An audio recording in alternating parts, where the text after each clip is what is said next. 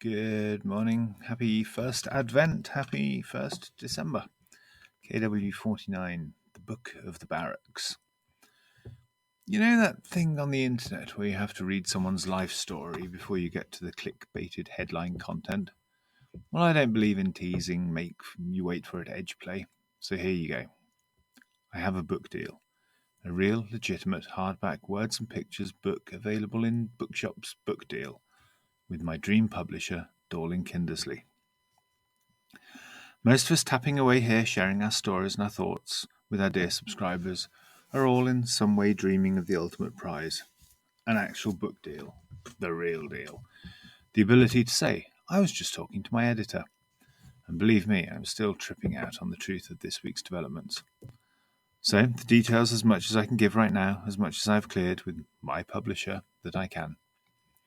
Firstly, something about DK and the legacy that precedes. I'm sure that most people who are interested in self-sufficiency to any degree are aware of John Seymour.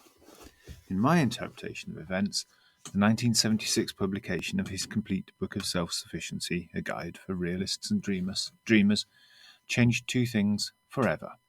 It changed publishing with the creation and incredible success of the large format, heavily illustrated manual, and it inspired millions to believe that in some way, large or small, they could one day escape the chaos of the urban world to a slower, more sustainable life of growing their own and rekindling a lost connection to the planet which sustains us all. The dream of writing an actual book for me has been, since the beginning of this adventure, the dream of writing a fairly specific book with this one and only very specific publisher. To follow in the footsteps of John Seymour constituted, until recently, the chiefest of ambitions. Now that it's actually going to happen, it is an intimidating, mortifying, and the greatest encouragement I could possibly have to do the best work that I am capable of. In all my conversations with A and R, my handlers at DK, we seem to be walking in unison regarding tone, content, and ambition, and inconceivably, they seem almost as happy to have me on board as I am to be with them. DK have the best gardening, lifestyle, educational books out there. I really believe that we're going to do something a little bit different. They were looking for someone who could write with some of the social conscience and reforming urgency of Seymour, but in a world that is possibly even more messed up than the one that he was writing in, and for a future that has challenges to overcome that he, hopefully, never dreamed of. What you're reading now is the 228th chapter of the Book of the Barracks. I've clattered down on the keyboard nearly 1 million times in service of this newsletter. That's actually not true. This is the second keyboard. I broke the first one. 175,000 words in 5 years. I thought that was an achievement. Goodness gracious, I can't read today. Haven't had a cup of tea. Anyway, let's start that bit again. 175,000 words in 5 years. I thought that was an achievement. Now it feels like a prelude. I would not have kept it up through bloody-mindedness alone.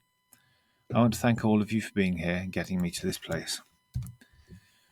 Every open of the newsletter, every like, comment and share, and every paid subscription has been part of the journey. For most of you, I can only offer my gratitude and thanks. I hope that you know it is most sincerely given. For those of you with an annual subscription, I'm going to send you an inscribed, signed hardback first edition of the book. Get me talking as if there'll be second editions already. But yes, I've cleared this with DK, and they're delighted to help me with this token of gratitude. So yeah, anyone who has at any time blessed this Book of the Barracks newsletter with a $250 yearly sub, including any new ones, will be getting sent one. Thing is, I know when this is going to happen, but I can't tell you that just yet.